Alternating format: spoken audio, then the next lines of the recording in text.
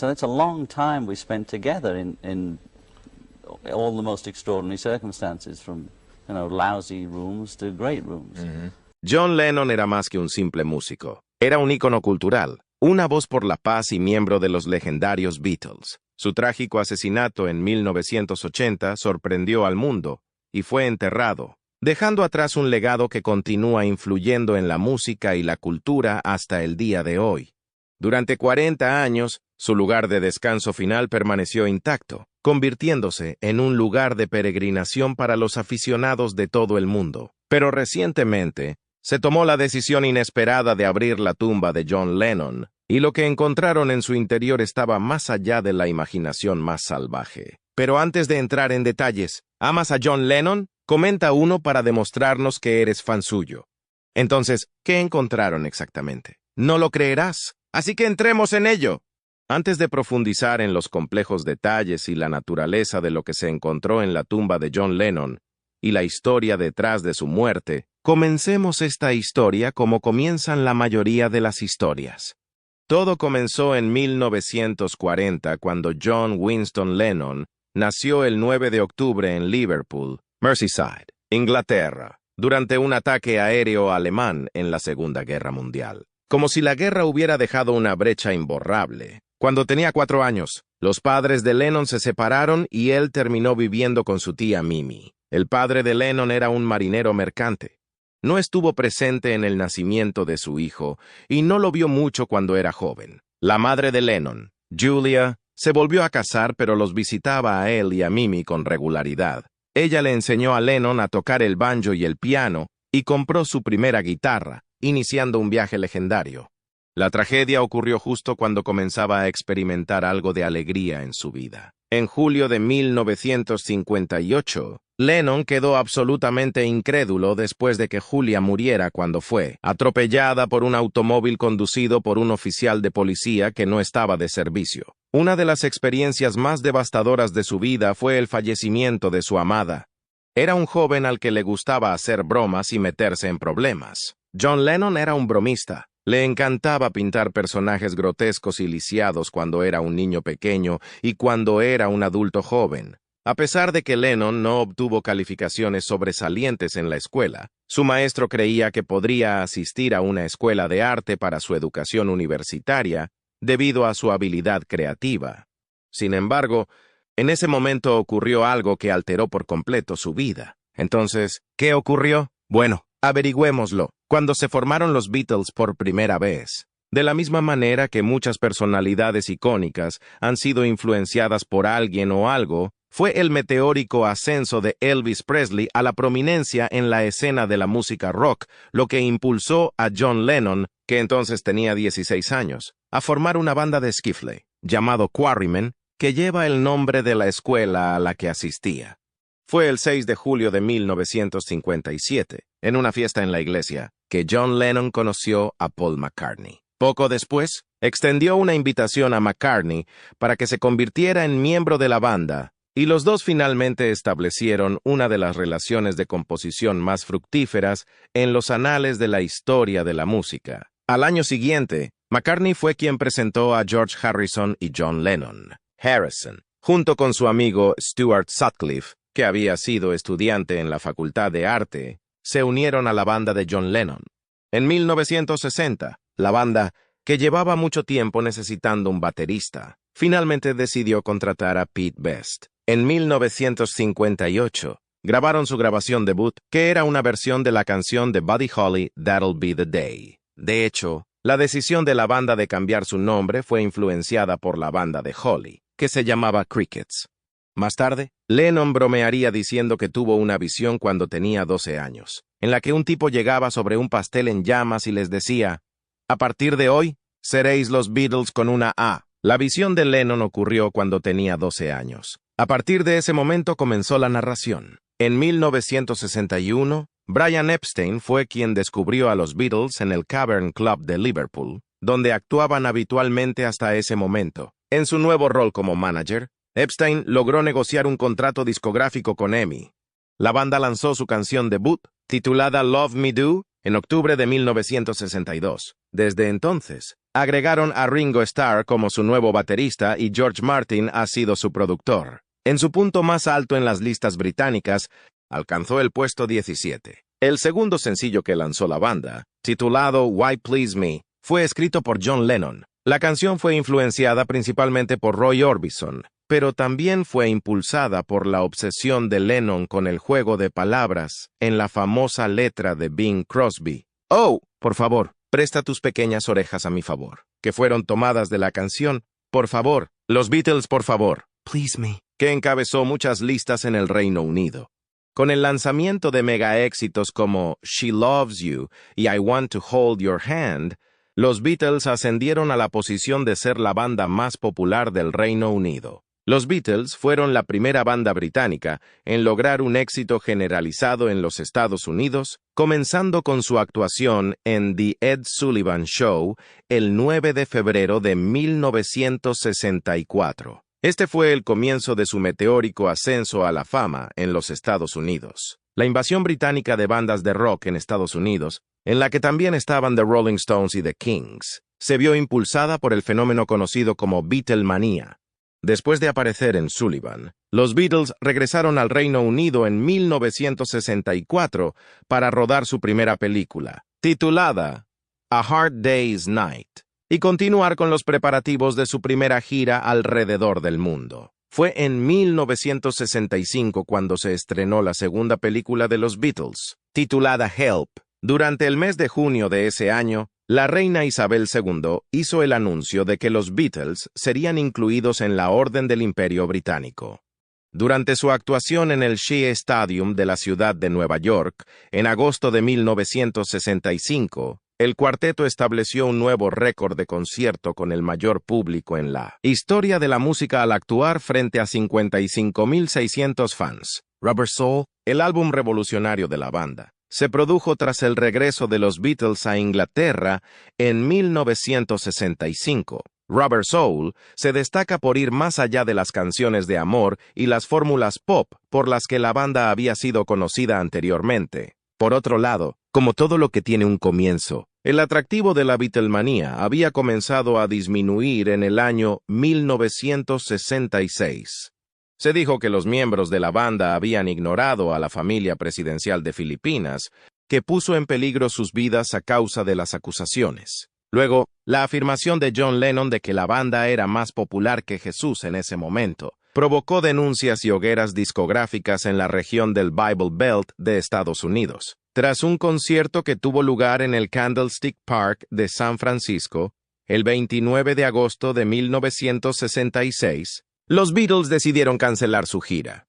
Después de un largo descanso, la banda regresó al estudio para expandir su sonido experimental con instrumentación exótica, letras y abstracciones de cintas influenciadas por sustancias. La primera muestra fue el sencillo Strawberry Fields Forever, seguido del álbum Sgt. Pepper's Lonely Hearts Club Band en 1967, considerado por muchos como el mayor proyecto de rock de la historia musical. Y cuando parecía que la banda estaba volviendo a encarrilar las cosas, sucedió algo que causó un daño irreparable.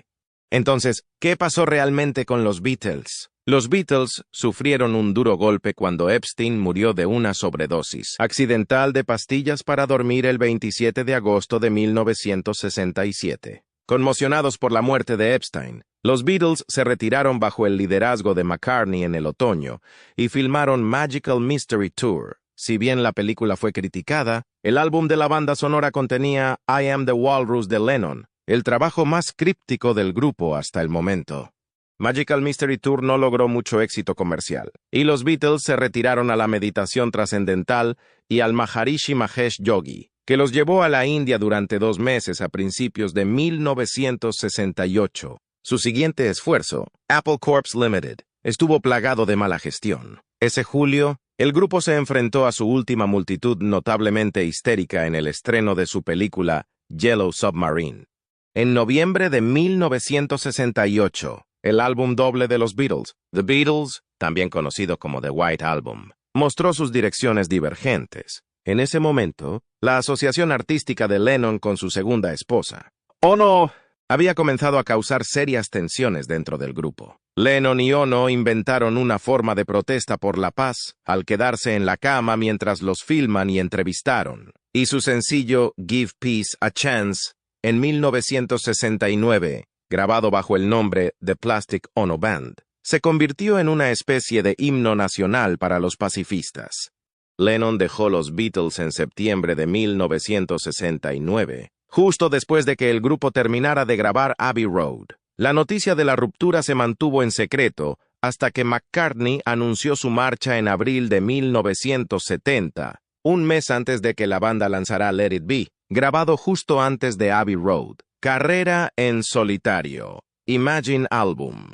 No mucho después de que The Beatles se separaran en 1970. Lennon lanzó su álbum debut en solitario, John Lennon and Plastic Ono Band, con un sonido crudo y minimalista que siguió a la terapia del grito primario.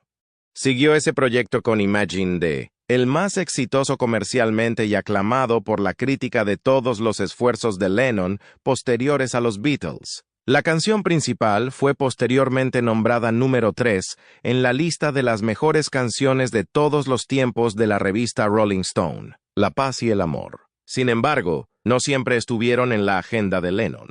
Imagine también incluyó el tema How Do You Sleep, una respuesta vehemente a mensajes velados a Lennon en algunas de las grabaciones en solitario de McCartney. Los amigos y el exdúo de compositores luego enterraron el hacha, pero nunca volvieron a trabajar juntos formalmente. Lennon y Ono se mudaron a los Estados Unidos en septiembre de 1971, pero la administración Nixon los amenaza constantemente con deportarlos. A Lennon le dijeron que lo expulsaran del país debido a su condena por marihuana en 1968 en Gran Bretaña. Pero el cantante creía que lo destruirían debido a su activismo contra la impopular guerra de Vietnam. Más tarde, los documentos demostraron que tenía razón. 2 años después de que Nixon dimitiera, en 1976, a Lennon se le concedió la residencia permanente en Estados Unidos. En 1972, mientras luchaba por quedarse en Estados Unidos, Lennon actuó en el Madison Square Garden de la ciudad de Nueva York para beneficiar a niños con discapacidades mentales y continuó promoviendo la paz. Su batalla migratoria afectó el matrimonio de Lennon en el otoño de 1973. Él y Ono se separaron. Lennon fue a Los Ángeles, California, donde salió de fiesta y tuvo una amante, May Pang. Aún así logró lanzar álbumes exitosos, incluidos Mind Games en 1973, Walls and Bridges en 1974 y Rock and Roll en 1975. Durante este tiempo, Lennon colaboró con David Bowie y Elton John. Lennon y Ono se reconciliaron en 1974 y ella dio a luz a su único hijo, un hijo llamado Sean, en el cumpleaños número 35 de Lennon, el 9 de octubre de 1975. Poco después, Lennon decidió dejar el negocio de la música para centrarse en ser padre y marido. El activismo de John Lennon. La luna de miel de John Lennon y Yoko Ono no se parece a ninguna otra. Usaron su tiempo juntos para organizar un wedding por la paz en el Hotel Hilton de Ámsterdam en marzo de 1969, invitando a los medios de comunicación de todo el mundo a unirse a ellos en su suite. El evento fue recibido con burla, pero no disuadió a la pareja de su misión de difundir un mensaje de paz. 3 meses después, organizaron otro alojamiento en el Hotel Queen Elizabeth de Montreal, donde Lennon escribió y grabó la icónica canción Give Peace a Chance. La canción se convirtió en un himno contra la guerra, cantado por 250,000 de manifestantes contra la guerra de Vietnam en Washington, D.C. El 15 de noviembre de 1969, Lennon y Ono continuaron su campaña por la paz, pagando vallas publicitarias en 10 ciudades de todo el mundo, declarando, «Se acabó la guerra, si así lo quieres», en el idioma nacional de cada país. También comenzaron a apoyar a la familia de James Hanratty, que había sido ahorcado en 1962 por un crimen que creían que no había cometido. A Lennon le apasionaba el caso y lo veía como un símbolo de las injusticias perpetradas por quienes estaban en el poder. Organizó una marcha con pancartas de Hanratty asesinado en Gran Bretaña y una protesta silenciosa por James Hanratty en Londres, e incluso produjo un documental de 40 minutos sobre el caso. Sin embargo, más de 30 años después, la condena de Hanratty se confirmó después de que se encontró que las pruebas de ADN coincidían, validando el veredicto original. A pesar de esto, los esfuerzos de Lennon llamaron la atención sobre el caso y resaltaron la necesidad de justicia y paz. En 1971, John Lennon y Yoko Ono mostraron su apoyo al trabajo de los trabajadores de Clydeside UCS, enviándoles un ramo de rosas rojas y un generoso cheque por valor de 5,000 libras. Más tarde ese año, se mudaron a la ciudad de Nueva York y se hicieron amigos de 2 de los 7 de Chicago, Jerry Rubin y Abbie Hoffman, quienes compartían su pasión por el activismo por la paz. Cuando se enteraron de John Sinclair, un poeta y activista que cumplía 10 años de prisión por vender marihuana, supieron que tenían que actuar. Unieron fuerzas con otros músicos y activistas, incluidos Stevie Wonder y Bobby Seale, para organizar el John Sinclair Freedom Rally en Ann Arbor, Michigan. El evento atrajo a 15,000 personas y contó con la actuación de Lennon y Ono, quienes cantaron canciones de su próximo álbum, incluido John Sinclair, que pidió su liberación. La manifestación fue un éxito y Sinclair fue liberado bajo fianza pocos días después. El activismo de Lennon no terminó ahí. Cuando ocurrió el incidente del Domingo Sangriento en Irlanda del Norte, en 1972, se pronunció en contra de las acciones del ejército británico y expresó su apoyo al IRA. Él y Ono escribieron 2 canciones de protesta, The Luck of the Irish, Why Sunday Bloody Sunday, que aparecieron en su álbum Sometime in New York City. Aunque hubo rumores de que Lennon había dado dinero al IRA, Ono los negó. Sin embargo, está claro que Lennon y Ono estaban comprometidos a apoyar la causa irlandesa e incluso respaldaron financieramente la producción de un documental político llamado The Irish Tapes. Años más tarde, el primo de Lennon, Stanley Parks, reveló que el cantante efectivamente había donado dinero al IRA durante la década de 1970. El activismo de Lennon siempre estuvo impulsado por su deseo de paz y justicia, y su apoyo a la causa irlandesa fue solo un ejemplo de su compromiso de luchar por lo que creía.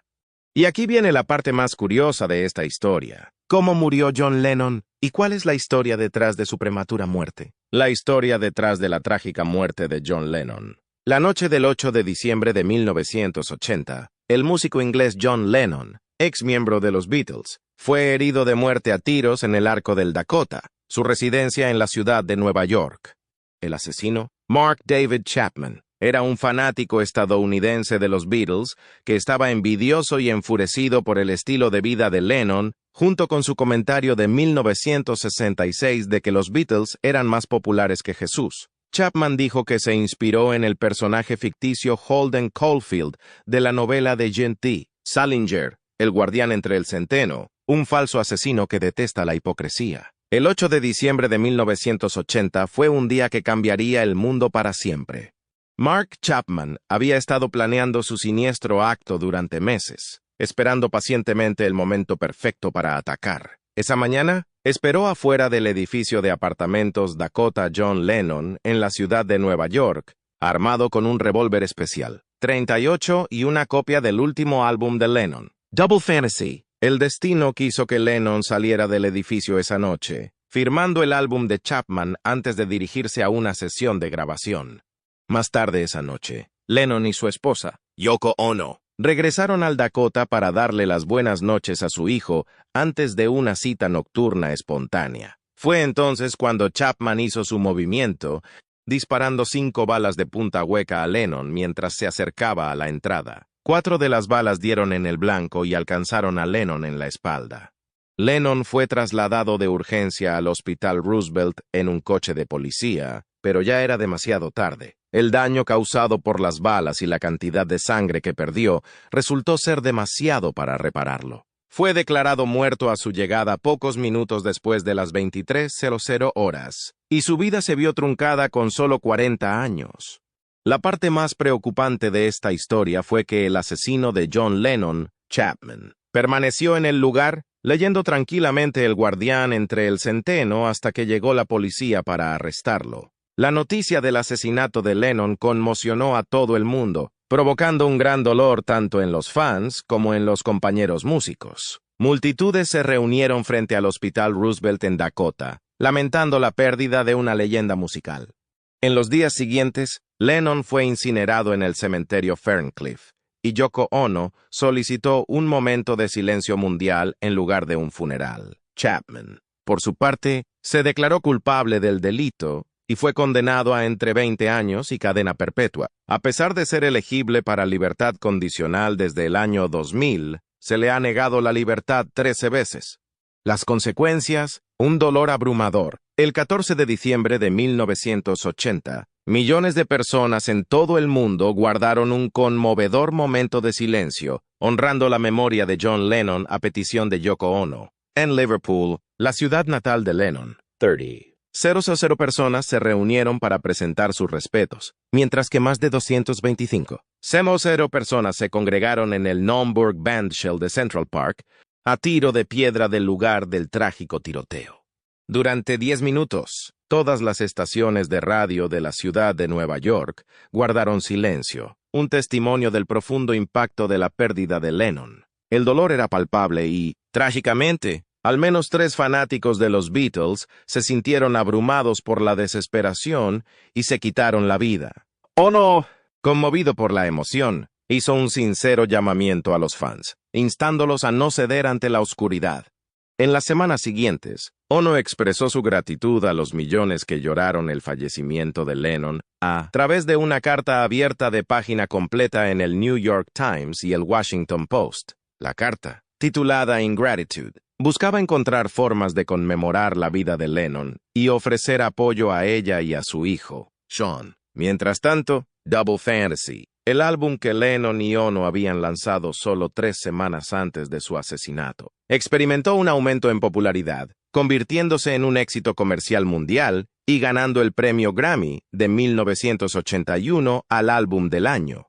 Ono continuó creando y lanzó un álbum en solitario, Season of Glass, en 1981, con una portada inquietante que mostraba una fotografía de los vasos manchados de sangre de Lennon. También lanzó Walking on Thin Ice como sencillo, una canción en la que los Lennon habían trabajado apenas unas horas antes de su trágica muerte. En un giro escalofriante, el intento de asesinato del presidente Ronald Reagan por John Hinckley Jr., 3 meses después, reveló una copia de El Guardián entre el centeno, entre las pertenencias de Hinckley, haciéndose eco del mismo libro encontrado con Mark Chapman. Las motivaciones de Hinckley estaban arraigadas en su dolor por la muerte de Lennon, buscando hacer una declaración a raíz de la tragedia. Años más tarde, en junio de 2016, Jay Hastings, el conserje de Dakota que había intentado ayudar a Lennon, vendió la camiseta que llevaba esa fatídica noche, manchada con la sangre de Lennon, en una subasta por $42,500, un conmovedor recordatorio del impacto duradero de aquella trágica evento, inmortalizado por la muerte. Una de las imágenes más icónicas de la historia de la música fue capturada por Annie Leibovitz el día del trágico asesinato de John Lennon. La fotografía, que mostraba a Lennon desnudo abrazando a su esposa Yoko Ono, fue tomada pocas horas antes de su muerte, y luego fue elegida como portada de la edición de Rolling Stone del 22 de enero de 1981. Esta edición especial de la revista estuvo dedicada a conmemorar la vida y el legado de Lennon con una colección de artículos, cartas y fotografías sinceras que celebraron su impacto en la música y el mundo. La imagen se ha convertido en un símbolo perdurable del amor y el arte de Lennon, y su importancia no ha hecho más que crecer con el tiempo. En 2005, la Sociedad Estadounidense de Editores de Revistas reconoció su poder e influencia, clasificándola como la portada de revista más importante de los últimos 40 años. El 8 de diciembre es un día de recuerdo de John Lennon, marcado por una conmovedora ceremonia frente al emblemático edificio Capitol Records en Hollywood, California. Fanáticos y seres queridos se reúnen para rendir homenaje al legendario músico, encendiendo velas frente a su estrella del Paseo de la Fama de Hollywood. Esta sincera tradición es un testimonio del impacto duradero de la vida y el legado de Lennon. En 2007, la ciudad de Durnes en Escocia fue sede del festival John Lennon Northern Lights, una celebración de su vida, música y escritos. Al evento asistieron la media hermana de Lennon, Julia Baird, y su primo escocés, Stanley Parks, quienes compartieron información íntima sobre su genio creativo. Yoko Ono, esposa y socia artística de Lennon, continúa honrando su memoria con un gesto sencillo pero poderoso. Cada 8 de diciembre coloca una vela encendida en la ventana de la habitación de Lennon en el Dakota, un faro de luz en la oscuridad. En Islandia, la torre Imagine Peace brilla desde el 9 de octubre, cumpleaños de Lennon, hasta el 8 de diciembre, aniversario de su trágica muerte. Este tributo simbólico es un testimonio del poder duradero del mensaje de paz y amor de Lennon. En 1985, la ciudad de Nueva York honró la memoria de John Lennon, dedicando una zona tranquila de Central Park Strawberry Fields, justo enfrente del Dakota, donde había pasado innumerables horas paseando. En una hermosa muestra de unidad global, países de todo el mundo donaron árboles al parque, mientras que la ciudad de Nápoles, Italia, contribuyó con la impresionante pieza central Imagine Mosaic, más de 2 décadas después. El 9 de octubre de 2007, Yoko Ono inauguró la torre Imagine Peace en la pintoresca isla de Vidi, frente a la costa de Reykjavik, Islandia. Este monumento proyecta un poderoso rayo de luz hacia el cielo cada año entre el 9 de octubre y el 8 de diciembre, simbolizando el perdurable mensaje de paz de Lennon. En la exposición se mostró una gran variedad de recuerdos personales, incluidas las prendas que usó. En la terrible noche de su asesinato, que todavía estaban envueltos en la bolsa de papel marrón que había recibido del Hospital Roosevelt. Sky in Lennon's Memory es una hermosa obra de arte realizada por Ono en 2018, como parte del programa de arte y diseño de la MTA. Este trabajo fue creado más de una década después del original. La instalación, que sirve como un monumento duradero a la energía ilimitada y el talento creativo de John Lennon, se exhibió durante la reconstrucción de la estación de metro de 72nd Street, que se encuentra justo afuera del Dakota. Más allá de su música, John Lennon dejó un legado que inspiró a otros a actuar y convertirse en activistas. Durante el año 2018, Paul McCartney participó en la Marcha por Nuestras Vidas, que fue una manifestación contra la violencia armada. Citó el asesinato sin sentido de John Lennon como el impulso para su participación. Mientras el mundo continúa luchando contra la complejidad de la paz y los conflictos, el legado de John Lennon sirve como recordatorio del poder transformador del amor, la expresión artística y la acción. Sin embargo, es natural que una situación de esta magnitud suscite mucha consternación y propuestas. La muerte del legendario músico John Lennon ha sido objeto de varias hipótesis, pero ¿cuáles podrían ser? Sospechas de una conspiración. A pesar de que el autor del crimen fue capturado y encarcelado, los rumores y las discusiones sobre conspiración continuaron, y se mencionó una cosa que te haría pensar seriamente. Tanto la Agencia Central de Inteligencia como la Oficina Federal de Investigaciones vigilaban de cerca a John Lennon debido a su vocal activismo en el ala izquierda del espectro político. Las teorías de conspiración han sido fomentadas por las circunstancias que rodearon su asesinato y las siguientes actividades de su asesino, Mark Chapman. Estas ideas indican que la CIA estuvo involucrada en el asesinato ocurrido. El tema de si Chapman fue adoctrinado por la CIA para llevar a cabo el asesinato fue abordado por Fenton Bresler en su libro titulado ¿Quién mató a John Lennon?, que se publicó en 1990. Bresler trazó conexiones entre este tema y el clásico thriller conocido como El candidato de Manchuria. Esta noción fue investigada más a fondo en la obra One Bad Thing de Ian Carroll, que afirmaba que Chapman estaba controlado por un grupo renegado dentro de la CIA que veía a John Lennon como un peligro. Ha habido otras hipótesis que han señalado supuestas contradicciones en la evidencia forense. Por ejemplo, Salvador Estrucha argumentó en su libro publicado en 2004 titulado Rethinking John Lennon's Assassination, The FBI's War on Rock Stars, que Chapman podría no haber actuado solo en la comisión del asesinato. En el documental titulado El día que murió John Lennon, estrenado en 2010, surgieron más dudas. El video insinuaba que José Perdomo, el portero del Dakota, podría haber tenido conexiones con la CIA durante el asalto a Bahía de Cochinos. A pesar de que estas hipótesis siguen circulando, hay una cosa que es segura. La terrible muerte de John Lennon sigue siendo fuente de intriga y misterio, y quedan muchas preguntas por resolver, una perspectiva más amplia sobre las numerosas ideas de conspiración. Una investigación realizada no hace mucho ha sacado a la luz el descubrimiento más peculiar e inquietante hasta el momento. Un escritor del Reino Unido que está investigando el asesinato de John Lennon ha revelado que ha salido a la luz que es posible que se hayan utilizado dos armas de fuego distintas en el incidente. David Whelan, autor y productor de televisión, ha descubierto documentos oficiales que revelan, por primera vez, que se extrajeron dos tipos distintos de balas del cuerpo de la leyenda de la música después de que fuera asesinado a tiros el 8 de diciembre de 1980.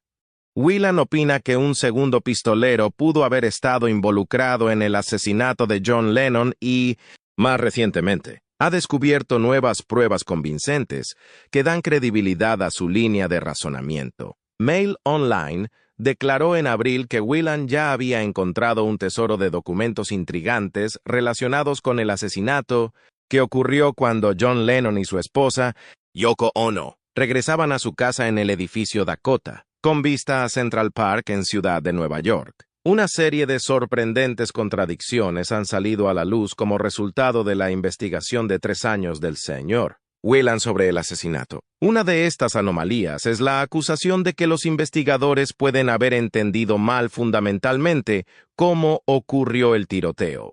La lista de objetivos del pistolero convicto Mark Chapman, que se publicó por primera vez, fue una de las partes del expediente de Whelan, que se publicó exclusivamente por Mail Online. Además del ex-Beatle, la lista también incluía a Marlon Brando y Jackie Kennedy Onassis, quien se desempeñó como primera dama de Estados Unidos. Actualmente, la investigación de Whelan se centra en las balas que fueron encontradas en la escena del crimen. Según los documentos, a pesar de que se informó que Chapman había disparado todas las balas en su cámara de 5 cámaras, solo 2 balas fueron presentadas como prueba. Este es un hecho extraño. 38 revólveres únicos, 4 de los cuales alcanzaron a John Lennon.